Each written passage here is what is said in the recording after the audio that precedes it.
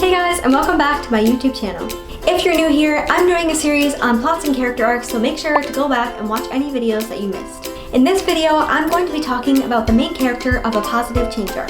So the main character, or the protagonist, is the most important character in your story. This is the person you want your audience to care about the most. But in a positive change arc, the protagonist often starts off in kind of a low place. He's probably got some pretty significant moral shortcomings, though he might not realize it. After all, in order to have positive change, he's got to have some areas that need change. Often, we try to make our characters so amazing so the audience will just fall in love with them. But if you have a perfect character, it will probably have the opposite effect. People want a protagonist they can relate to. A protagonist with flaws, failures, and weaknesses. With a positive change arc character, you have a lot of wiggle room.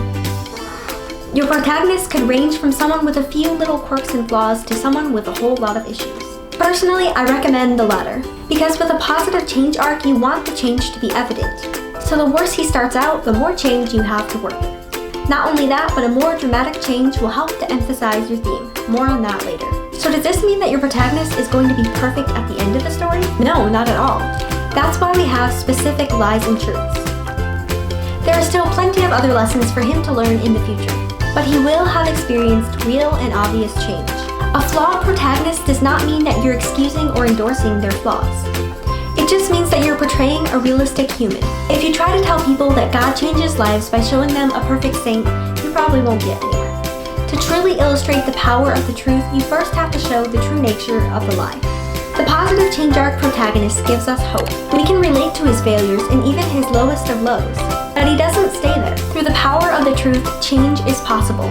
He can defeat the lie and all those who stand for it.